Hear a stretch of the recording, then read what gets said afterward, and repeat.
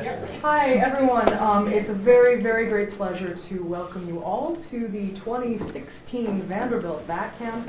I think this is the sixth VAT Camp at Vanderbilt, but it's my first, and it's really wonderful to be here and be part of this great, lively, intellectual, experimental community. I'm Nikki Kasad. I'm brand new. I am the coordinator of Digital Humanities Center, which is over on the Vanderbilt main campus. I think I saw many of you yesterday at the opening reception in Buttrick Hall. I'll just first say a few words of thanks to the CURB Center, to Dr. Jay Clayton and Dr. Elizabeth Meadows, who are our hosts today. Also to Mona Frederick of the Warren Center for the Humanities, and to Todd Hughes of Ceaseless, the Center for Second Language Studies, all of whom have been unbelievably welcoming and kind partners in this entire process. They just sort of like opened their arms and let me jump into the planning of this year's VAT Camp. It's really been a great experience. So thank you to everybody. Maybe a round of applause. Also a round of applause for Terry Tripp, who has been basically the backbone of this entire thing.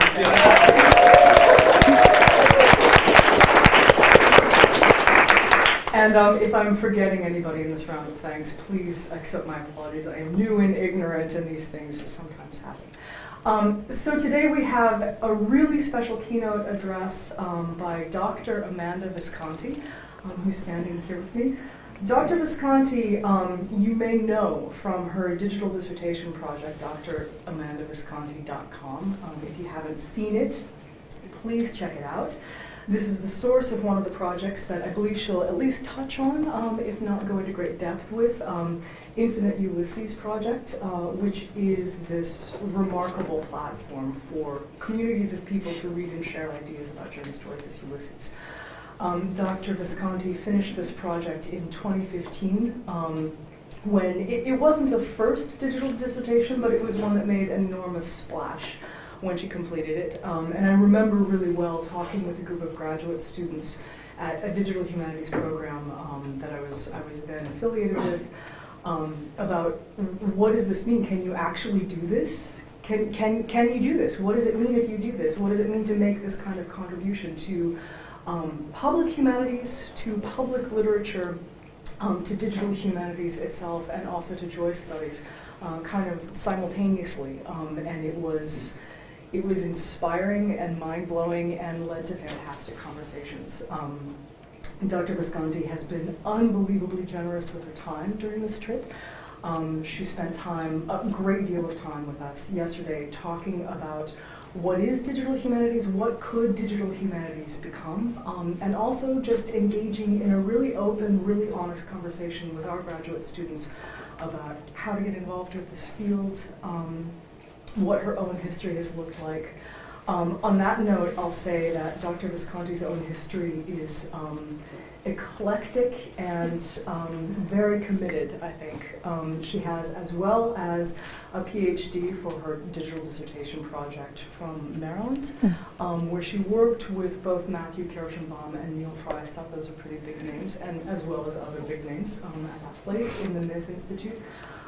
She also has a degree in information science from Michigan, and that combination of factors has undoubtedly led to what is a kind of digital humanist's dream job in many ways.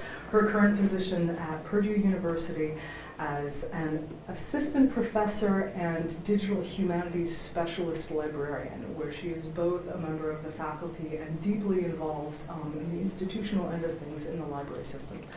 On that note, I think I should sit down and let her speak to us, but I wanted to say a very warm thank you to Dr. Visconti for joining us for these 2 days. It's been wonderful, and I think from the perspective of our very new center, it's been great and energizing to have you here in these conversations with us. So thank you, both personally and I think on behalf of everybody, thank you for making this trip. Thank you.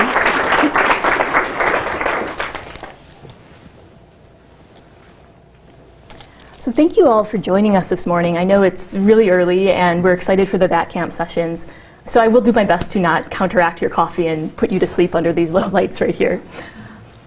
When we try to define the ways that the digital humanities are transformative, one of the easier things to point to is that a good portion of DH is public. There's simply just a good chunk of DH research that gets published as or on websites. There are many kinds of DH that are not public and that use methods and publication forms that don't involve websites. I'll admit I'm pretty biased here because I'm a web developer and I really love making websites. And I first got involved in DH because I wanted to make a website about a book that I liked. So I don't mean to obscure the many types of DH, scholarship, that happen before or after, instead of, and without websites or the web. But relative to the humanities in general, a good portion of our work either is websites or takes place on websites. Much of that work isn't paywalled. So DH has it kind of easy in that a good portion of what we do is already theoretically accessible to anyone. But we know there's a lot hidden in theoretically accessible to anyone. People without access to the internet at work or home, which I've heard estimated at 15% of the US population. People without the resources to spend time on the internet. Websites not built to work with multiple input and output devices such as screen readers. I think we've reached a point in DH where we can be doing more for more people. A lot of DH websites are open to the public, but these websites are really only open to people who happen to know all this online stuff is out there, who know how to use it, who know why they might want to use it, and who have been involved at some level in its design. So in the next half hour, I'll tell you about my work in one literature corner of DH, making digital editions of literature more public. I'll show you my work in the context of 3 other projects, which each support public audiences and public work in different ways. We'll move from our wealth of theoretically publicly accessible scholarly websites to projects that actively design for public interaction, or even for participation. And finally, we'll look at projects that are even more deeply participatory through community ownership and co-design. Along the way, I'll talk about my own recent project, Infinite Ulysses, which tried to support a conversation among both academics and the public around a challenging text. We'll both look at how Infinite Ulysses was inspired by meaningful crowdsourcing projects. And I'd like to wrap up by telling you a bit about where the Infinite Ulysses project is headed next. My goal is to demonstrate some of the many ways that DH can transform the humanities work towards public involvement. Lindsay Thomas has noted, making something freely available online does not necessarily guarantee that thing is public, or that it will be used as a public resource. Thomas encourages us to rethink open access, not in terms of what potentials open access allows, but which of those exciting potentials actually play out. I know that we need to be very deliberately active to not just design around good intents like making information free, but to anticipate and respond to any negative impacts of our work, like making sure we protect personally identifiable information, like social security numbers mentioned in the archive of government memos, before making that information free. Luckily, we have no scarcity of public humanities models. There's a whole decades-old field of public history doing amazing work digitally and offline. There's an intense history of public work in galleries, libraries, archives, and museums, both institutional and community-based. There's also a rich set of humanities crowdsourcing projects, inviting the public into humanities activities like transcription and tagging.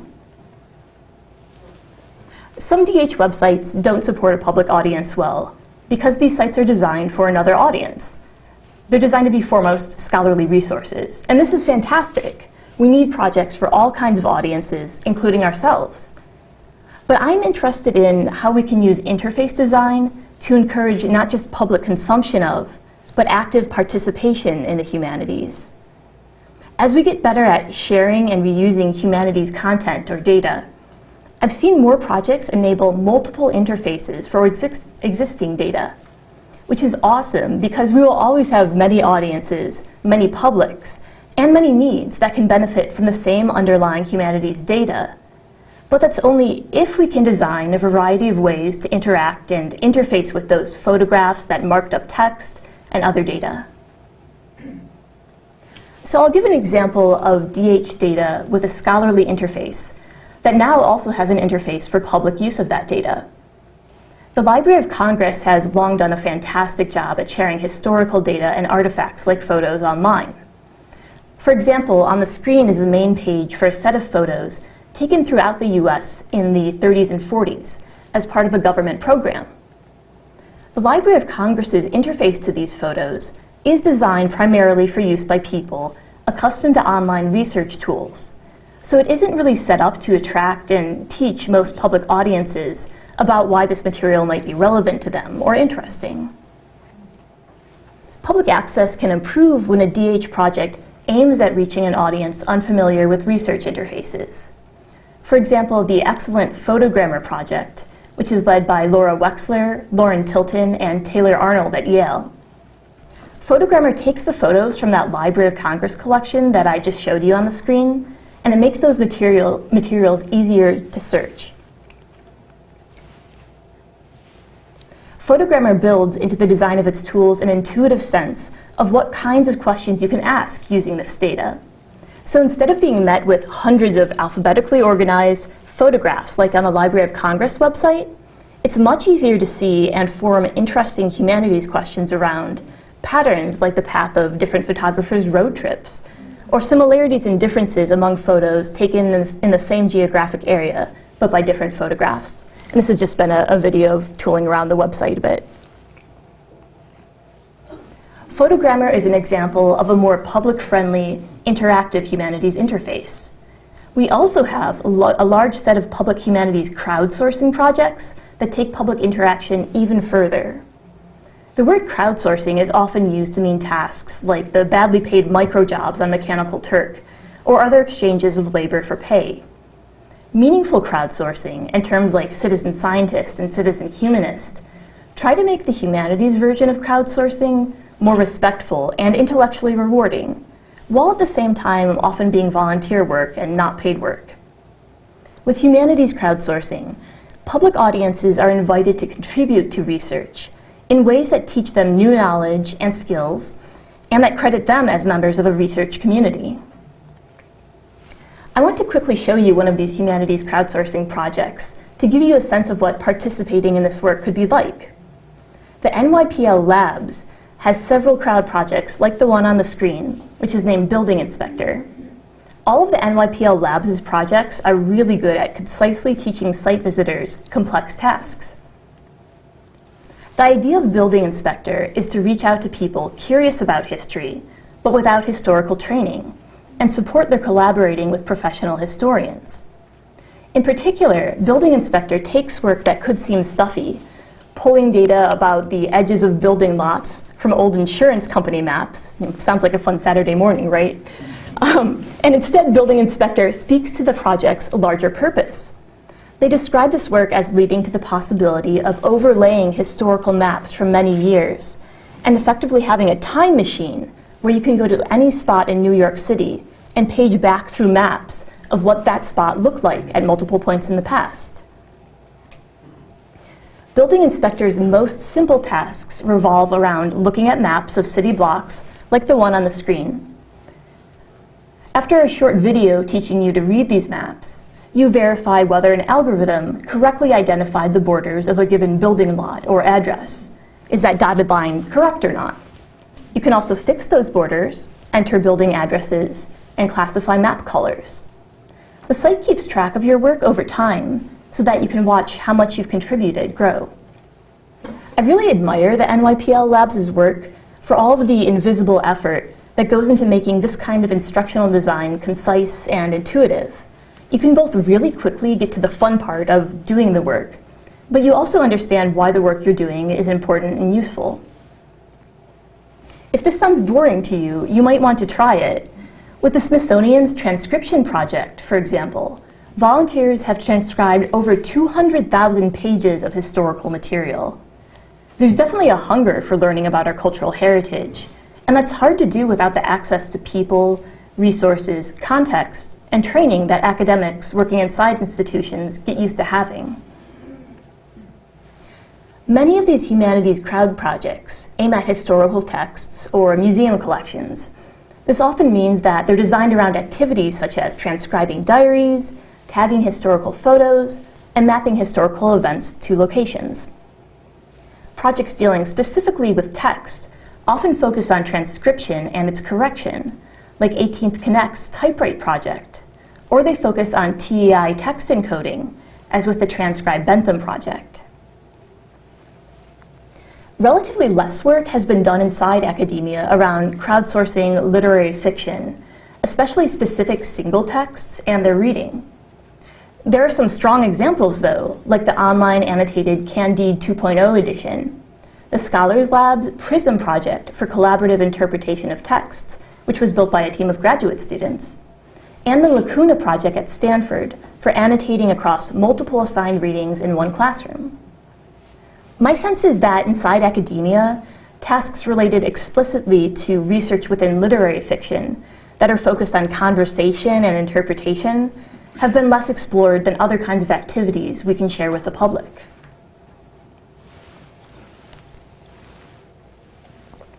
I'll show you a bit now about my own project, since it was built on this model of meaningful crowdsourcing projects that we were just looking at. Infinite Ulysses at infiniteulysses.com is a participatory digital edition of James Joyce's challenging novel Ulysses. Its goal was to support a public conversation around the novel, bringing readers of different backgrounds into participating in the same discussion space. The design, code, user testing, and thinking that went into this project doubled as my literature dissertation. My Infinite Ulysses work was inspired by Janine Utell's discussion of how the Rosenbach Museum in Philadelphia has opened its Ulysses print manuscript to the public. She asks, what if Joyce's texts grant everyone authority as a way of claiming authority for no one? What if we threw open the doors of the archive and said, here comes everybody? Unlike many archives, the Rosenbach designed specific policies and programming to make sure their print Joyce manuscript is open to everyone, rather than just scholars with institutional credentials. Utell's discussion of the Rosenbach success laid a groundwork for me to try something similar with a website instead of a museum. Our several decades of digital Joycean experiments were also immensely helpful in thinking through how to visually and structurally design for this complex text. Digital editions are usually designed foremost as scholarly resources, often with an emphasis on editing and encoding of a text beforehand, then sharing the finished work on a website. This didn't feel right for my research questions, given my experience of how people enjoy Ulysses. Where would the readers fit into this? Where would the book clubs go? Where were the enthusiasts building dozens of really weird websites to explain and explore the book? So I decided that instead of focusing on the traditional scholarly editing aspect of digital editions, I'd focus more on the interface design aimed at opening the edition to a public audience. For Ulysses, this meant asking, what if we build a digital edition and invite everyone? What if millions of scholars, first-time readers, book clubs, teachers, and their students show up and annotate a text with their infinite annotations? That is, digital marginalia of interpretations, questions, contextualizations, and other comments. How would we do that? And what would it do to the text and our understandings of it? I worked through this thought experiment with its admittedly highly unlikely hypothetical of this massive public desire to read Ulysses online. But I also built a prototype that was immediately useful in exploring these questions through the generous annotations and feedback of an actual, modestly sized community of readers. This is what a reading page on Infinite Ulysses looks like. There are 3 main activities that you can do. While reading the novel, you can highlight parts of the text and annotate these with your questions, interpretations, reactions, translations, and other comments. You can also read the annotations created by other readers. And I tried at a very basic level to personalize your reading experience by filtering the displayed annotations so that you could just be shown the ones that fit your needs, interests, and background. For example, a reader can choose to see the top-rated annotations first, or the newest annotations, or to not see any spoilers for the book, or to only see annotations tagged as clues to the book's mysteries or jokes. The site has drawn over 25,000 unique visitors at this point. But almost half of those were in the first month of the site's beta launch. The number of user accounts created, annotations authored, and people coming back to the site for repeat readings were significantly more modest. The site had over 700 user accounts and over 1,100 annotations, and the number of people coming back for a third or a fifth reading session or more got smaller the more sessions you counted. So there's clearly some kind of interest in some part of this project, but it's not clear yet to me how much of that interest is in the general approach of discussing books online versus Ulysses in particular, or how much the interest in that idea may be persuaded by how my site is designed. And as a web designer, there were a lot of things I wanted to do to make the site look better that I just didn't have time to do and still complete the dissertation. It also isn't completely clear how many of these one-time site visitors were just looking for a site that would help them read the book rather than ask them to participate and discuss it. My thinking around this experiment was, if we're serious about using the digital humanities to make the humanities more open, we should start designing now to support large numbers of online visitors. This is actually necessary thinking. Problems of curation and moderation of community-created material are present even in DH projects with extremely small public audiences. I believe the similarity of challenges between keeping internet comments sections healthy, not comics, and supporting a healthy annotation community is a key reason that less interpretive crowdsourcing work has been done in DH yet. Supporting a larger reading audience means questions like, if everyone's submitting annotations to this digital reading platform, can we automate some aspects of the massive job of curating and moderating these annotations? How can we be most transparent about the biases shaping our moderation and our curation? And once we've moderated out spam and other out-of-place annotations, how do we make the still plentiful remaining annotations accessible to those users that they would best serve? That is, how do we pull the signal out of the noise when the signal of pertinent annotations means different things for different reader needs? The most annotated page on Infinite Ulysses had 62 annotations on it, and the next 10 most annotated pages each had between 15 and 30 annotations per page. So even at this level of this experiment, those are already too many annotations per page for most readers to want to look through. We already need a way to filter out the distraction of the annotations that just don't quite fit readers' interests. This isn't a question about letting only the best, the right, or critical annotations get through. The point of the website isn't to get the experience you'd have sitting alone with several Joycean academic journals and books, or if you have access to a literature classroom already. The point was to give more people outside academia the experience of reading Ulysses together, with all the variety of opinion, interpretation, and expression that entails, and in a space that wasn't segregated from readers inside academia.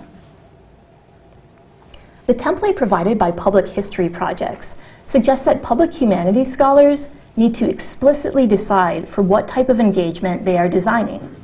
Site visitors can engage anywhere on a spectrum from passive reading to full critical engagement at the level of a professional literary scholar. Part of my work is to make that spectrum more nuanced, to say that public humanities engagement doesn't either mean full critical scholarly interpretation or adding a tag. There's a whole array of deeply meaningful work between those two options. I will note that I might have a more expansive definition of what constitutes scholarship than other scholars. Mark Sample has a fantastic blog post called "When Does Service Become Scholarship?" This really helped me define what I did as the scholarship that it was, back when I was a grad student trying to answer research questions in a literature department through design and code. Sample says a creative or intellectual act becomes scholarship when it is public and circulates in a community of its peers, and that community evaluates and builds upon it. My interpretation of this is, if you're pushing yourself to do your best and even better thinking, and you then share some piece of that with others, who can in turn use it to learn and do their best thinking, that's scholarship. I don't want to get too sidetracked on defining what scholarship is, But some explicitness is useful if you're in an area like public humanities, where people might question the intellectual worth of your labor. So, should participatory digital editions, like Infinite Ulysses, always aim for critical public engagement? My answer is no. There are other worthwhile goals that sit between critical and passive engagement on that spectrum of participation. We need to design for valuing public contributions of all kinds, both as part of the humanities mandate to maintain the relevancy of past and present culture, but also because failing to do so misses out on a gold mine of what Donald Brinkman has called deep data, deep, particular knowledge about individual cultural artifacts. We need more diverse types of metadata around texts in order to know texts more intimately, from many viewpoints and many lenses. For a digital edition allowing public annotation, as with Infinite Ulysses, one might worry that readers annotating without critical training would produce annotations of little critical value. Leaving aside that there are other useful types of annotation than critical interpretation. There's definitions, translations, questions, and contextualizations, for example. I did a little thought experiment to decide how I'd moderate my site once it went live. So if readers left a bunch of annotations, like the example on the screen which says, "OMG, this guy again, heart," when a beloved comic antagonist reappears, would this be inappropriate to the edition? And I don't mean spam or harassment or troll comments, which carry their own challenges. Just comments that don't fit our expectations for critical textual annotation, and maybe aren't obviously meaningful to knowing the text because of that. Could such annotations help other readers? Do they advance what we know about the text? I decided the answer to both of those questions was yes. I wanted every type of reader engagement, whether or not they follow the norms of critical annotation. Moderating out annotations like these might cut out useful knowledge. With my example, I very much do want to know if readers don't identify with major character Stephen and are delighted when his humorous antagonist Buck Mulligan shows up again. I considered replacing such non-critical annotations with a comment like, 5 readers were excited to see Mulligan appear again here, for example. But keeping such comments in users' original words lets readers see that their contributions are valued, and it also preserves the mood of each reader's participation in the text, and their particular reaction as well. And for readers who wouldn't be well served by encountering those types of annotations, you can apply a tag to annotations like emotion, reading experience, or reader in-jokes, and users can then filter such annotations out of their view. Participatory editions don't have to force every reader interaction into the strictures of the contribution to critical understandings of the novel. I suspect that when humanities attempts to gather public commentary have failed in the past, it's because the designers weren't clear on the goals for participation, or the audience for visitor-created content like these annotations. They didn't see the project with example input, or otherwise model the type of input that they sought. Or they valued but didn't teach critical engagement, which is hard enough to teach without doing it online for unknown students at some unknown point in the future. So what deep or substantive information then can be drawn from public commentary that isn't critical, or from public commentary that doesn't use the rhetoric of scholarly critique, or seem to involve deep thought towards producing new knowledge? Non-critical public comments can identify unexpected disagreements or relevancies, and otherwise help us understand an edition's use, usability, and usefulness. Methods for literary textual analysis, disagreement, such as topic modeling, can also be applied to a text's annotations to discover themes and frequent word choices in that set of annotations as the corpus. Public user comments can help identify cross-collection values and similarities for archives sharing multiple texts. There are many types of annotation beyond interpretation, such as those questions and provocations, definitions, translations, connections to other texts, and visual or audio illustration. And I'm expecting that we'll identify even more ways that such participation is meaningful, the more we design to welcome, celebrate, and support public participation in challenging literature. Outside academia, of course, there are communities such as fanfic readers and writers who tweak platforms like LiveJournal and Tumblr and engage in deeply critical textual discussion and intervention. Book clubs of many kinds have been intertwining social and literary conversations for centuries. Projects connecting academia and the public, like the Ferguson and Charleston syllabi, have aggregated, annotated, and related a variety of multimodal texts. Multiple publics are already extremely active in and critically conversant with our cultural heritage, past and present, although they might not use the term humanities. I'm not sure that our role as humanists is primarily to make the public see the relevance of the humanities. I think that's definitely one of our roles, but that we undervalue the depth of work that non-academics do with the cultural heritage resources they have access to. I think our role is to improve that access, to share the benefits of our training and knowledge of context, and to show the public how our methods are relevant and how we might be invited into their cultural heritage work. So we've looked at some different levels of public participation in DH and different ways that this participation is meaningful. I'd like to look now at one last project that involves the public much more thoroughly and from an earlier point than Infinite Ulysses did. Documenting the Now is a project building ethical tools for preserving and including social media activism in the archive, with a focus on Black Lives Matter and related hashtags. More than just a tool-building project, DocNow is building a community around the difficult questions of ethically, respectfully, and safely creating a historical record of protest. They're doing this by designing their project from the very beginning through a collaboration of digital humanists and archivists, community organizers and citizens, as members of the project's team and advisory board.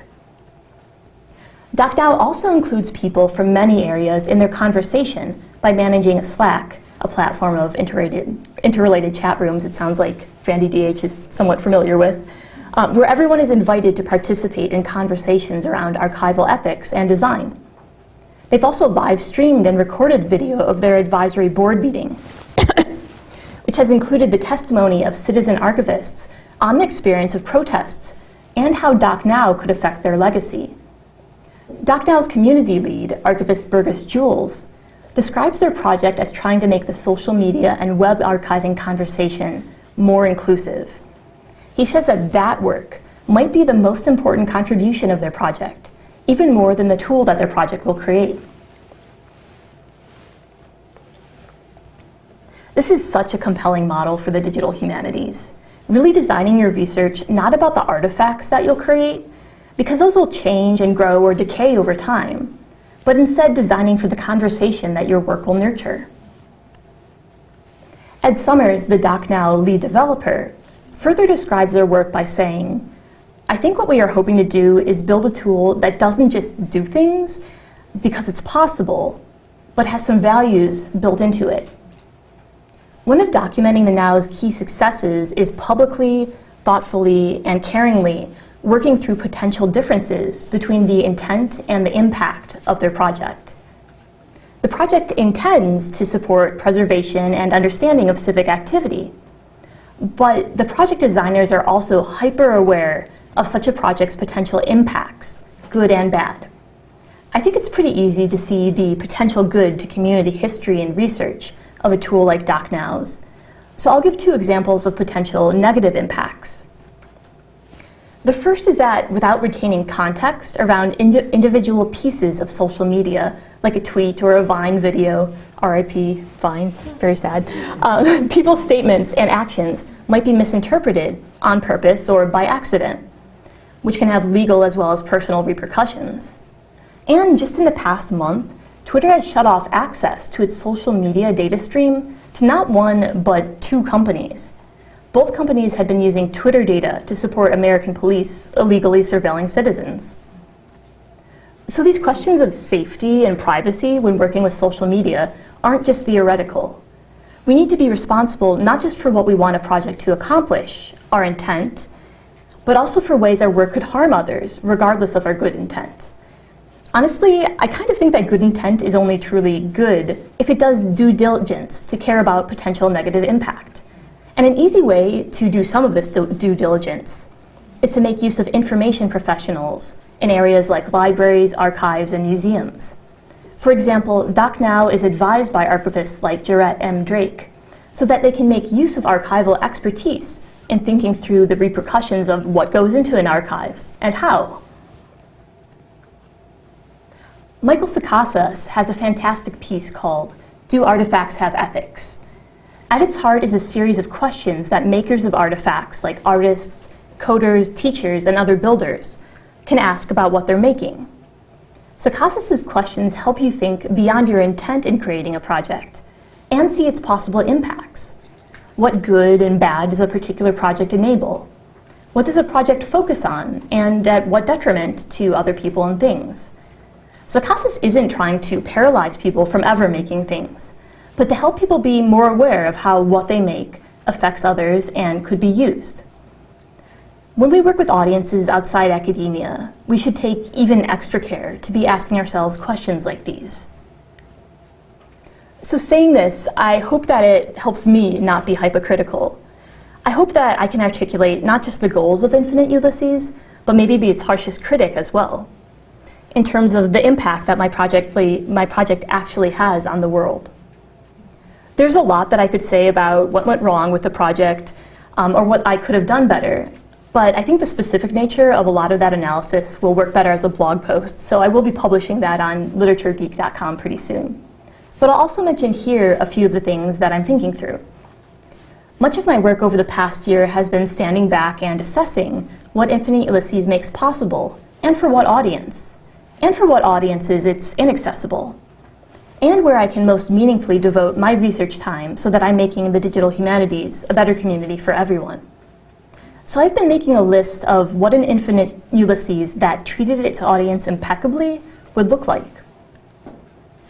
One thing I think I have a good start on is guaranteeing that annotators can export their annotations in multiple formats, so they never lose their labor, and they can have a real ownership and say and the ability to reuse their writing elsewhere. One area where I'm not doing as well is keeping up with modeling good discussion on the site. In particular, I think of Infinite Ulysses as a classroom, and I wouldn't give a text like Ulysses that is sometimes racist, sexist, and transphobic to students in my classroom to read, and then hold a class section without addressing those problems.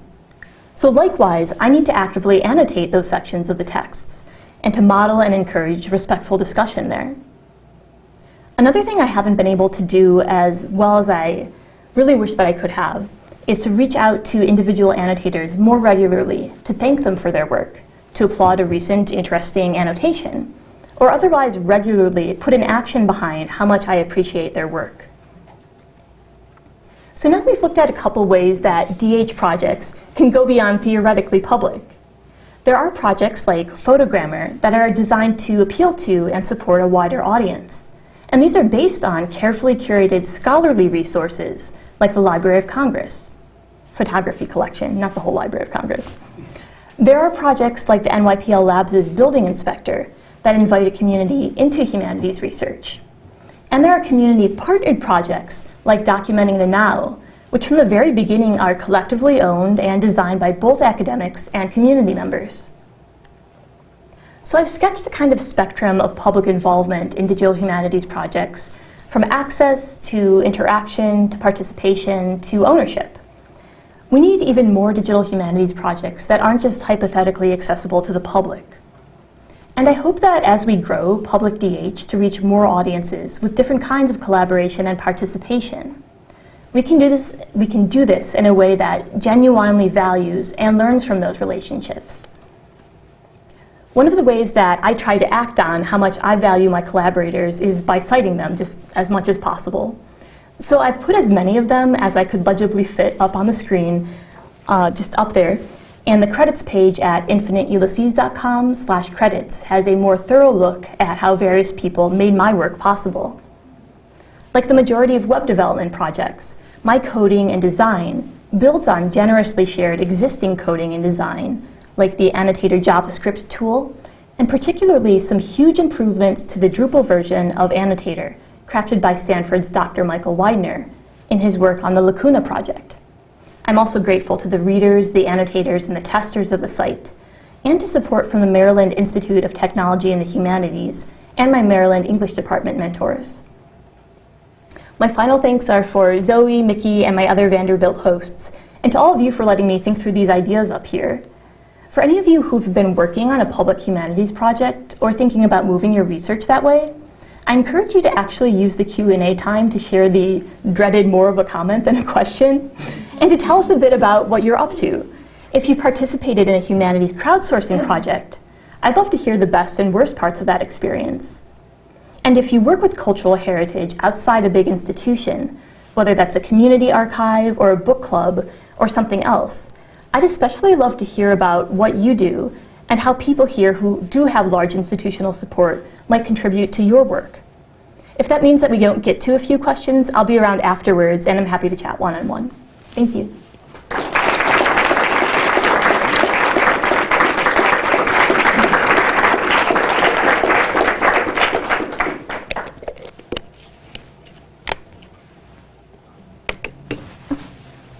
I have 10,000 questions, but I'll try to limit it to two. A lot of the sites you're describing have been built specifically for the purpose of individual humanities work or outreach by a specialist or academic institution. Have you either explored or done the comparisons to what if using the sites that are already kind of existing in a non-academic manner? I'm thinking of genius.com, for example. I was just looking now, their Ulysses, they have Ulysses annotation chat room. It's got a number of, I can't tell the numbers at the moment. But I'm assuming that kind of that natural language description is much more common on that site than the one that you're building. Have you done a comparison between the two, or what would it look like instead of building and inviting the public into an academic space, the classroom you decided, if you went to the chat rooms that are currently already discussing some of these things and kind of engaged on that level? I definitely, during my white paper that I wrote in the 3 weeks before my defense, which is kind of usual for mathematics and not at all usual for literature, one of the things I did was go through previous work because there's been a lot of digital Ulysses experimentation. Michael Grodin's big project got unfortunately shut down by the Joyce estate. But a lot of just kind of grassroots people that are enthusiasts building sites. And I looked particularly at Genius and at the hypothesis annotation tool to see kind of what was happening there. And I remember at the time looking through Genius and liking a lot of what they were doing because of the social interaction.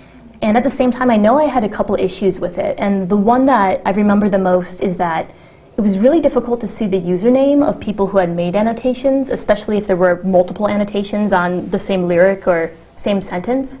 And I really didn't like the idea that people are putting labor and their work and effort into your site, and you're not just very visually making any credit to them, because people aren't going to go and make an effort to look for that for an individual annotation.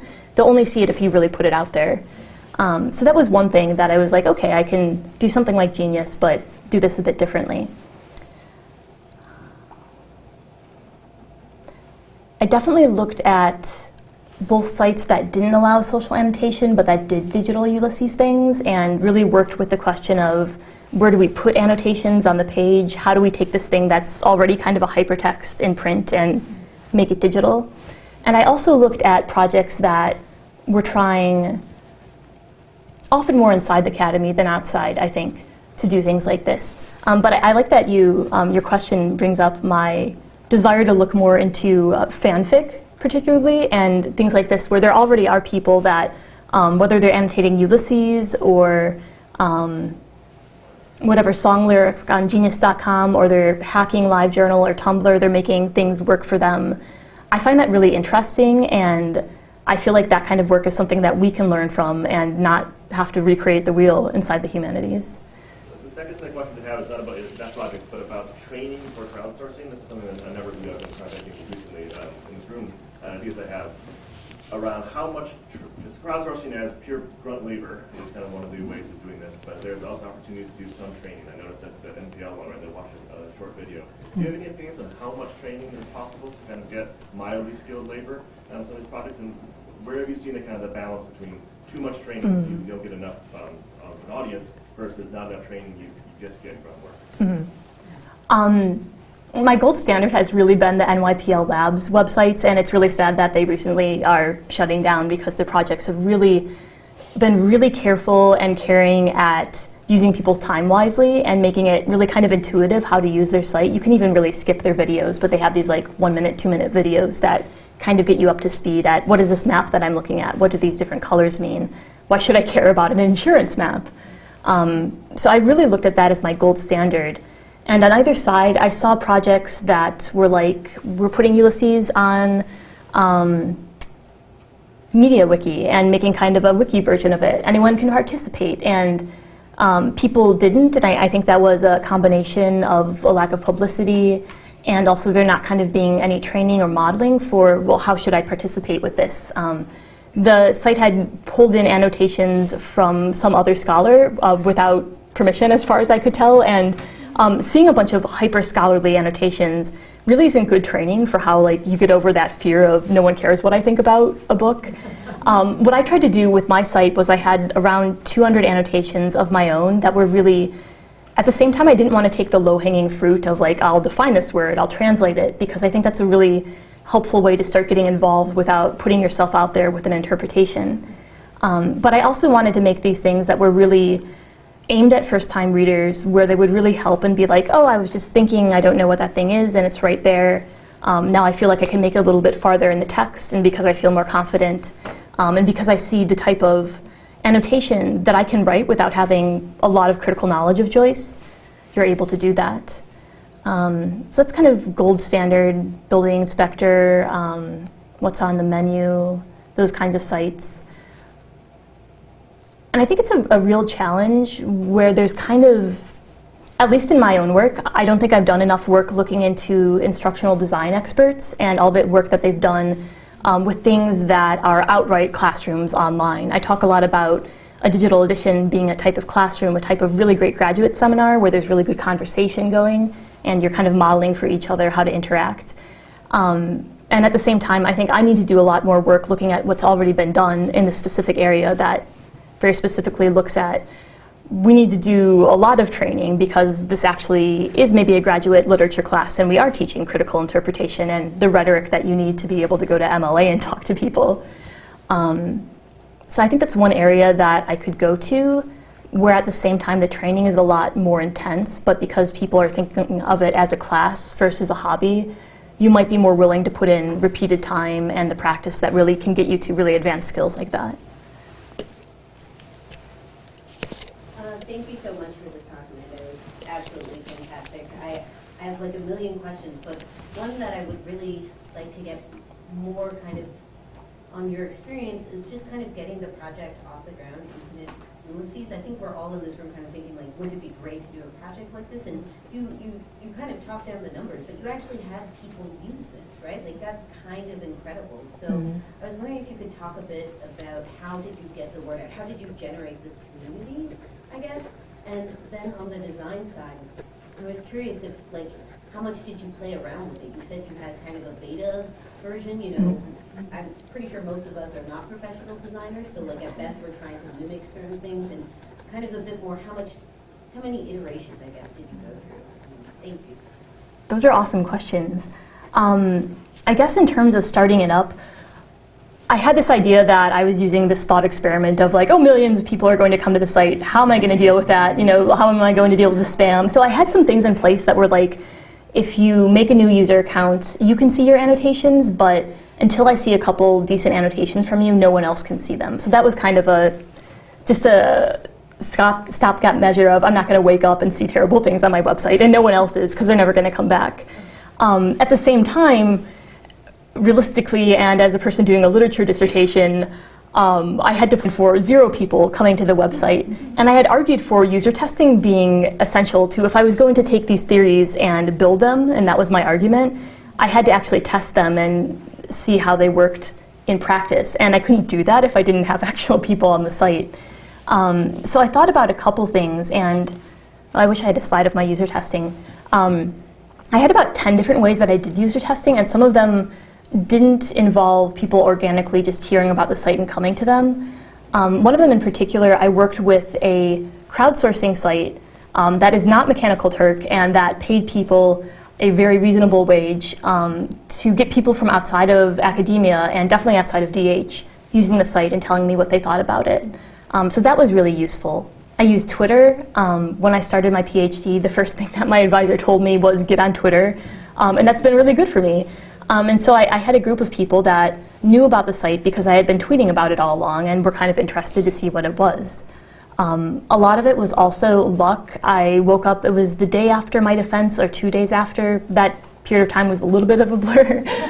But somebody had posted the site on Hacker News, and I had like 5,000 visitors in a day, and then like, I don't know the number, like 12,000 people in the first couple weeks after the site went up. But at the same time, when I look at my analytics, there's this nice spike, and then it's, you know, just down again. And I look at my returning readers, and every time it's kind of less. And I want to be both cognizant of there are definitely particular problems with my site and my design causing that, but also that Ulysses just has a really weird cadence of how you interact with it. Like, you keep trying to get into it, and eventually you get into it, and you make it all the way through, and that's great, and you come back a couple years later. And I've been really struggling with thinking through how I take this really emotional labor of moderating and curating, and it really doesn't get acknowledged in the academy, it really doesn't get credited. Doing this because I want to share something with people. They're sharing their time and their thoughts with me, and it's amazing. I forgot the beginning of that sentence. What was my point?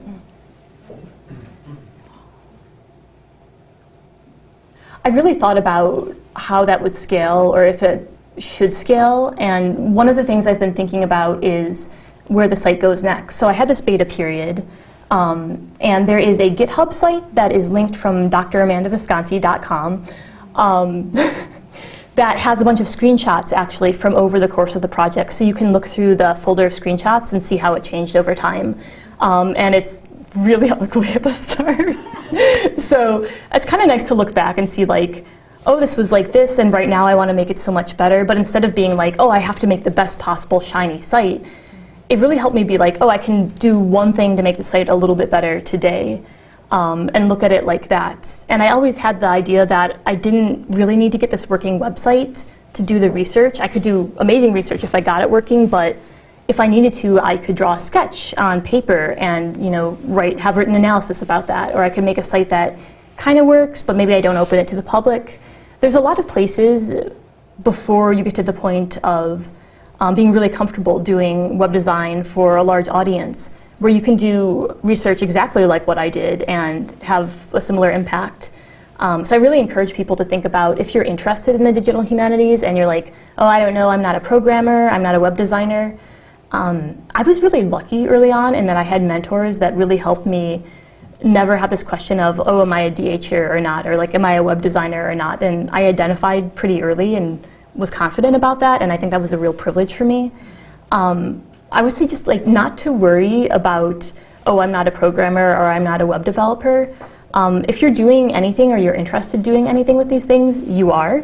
And you don't have to be someone who can go talking about multiple programming languages and compare them necessarily. That's a skill, but it isn't one that you necessarily need to do meaningful work at all.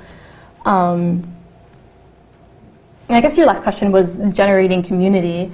And that's one part I really wanted to do more for, and I really see it on the Smithsonian transcription website, and Megan Ferreter has done really good work there, where they have a lot of reaching out to the community. If you work on their site and you're transcribing something, you really know that your work is appreciated. You can see versus other people how much work you're doing. And I think that kind of really careful, caring outreach gets the people that are coming one time to be repeated users, and I think that does a lot more to generate community than getting put on Hacker News and getting 12,000 people and then they never come back.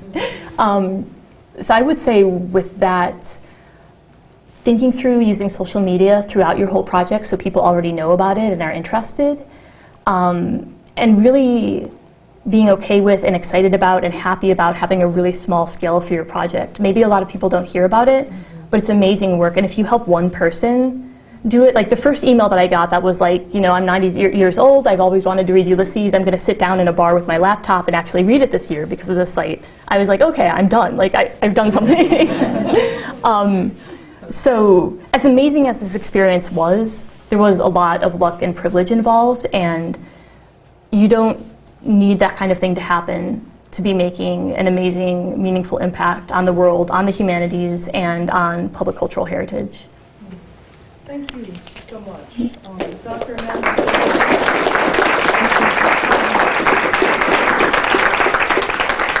I feel like there's still so much to say. I'm sure everybody has a lot of questions, but I'll encourage everybody to take the questions onto social media, to Twitter, and especially to Slack. Definitely. Digital Humanities Slack, tinyurl/DH Slack, if anyone wants to join and have a broader DH community.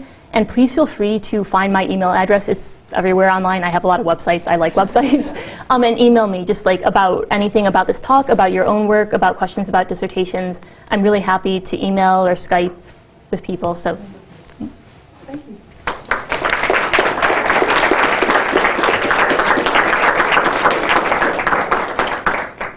So with that, we're just a little after 11 right now, and we have breakout sessions ahead of us, probably still some more coffee if people want to swing past the table on their way to their breakouts. Schedules are posted here and also in the main space. Did you want to jump in? Yeah, the schedule's out. I mean, April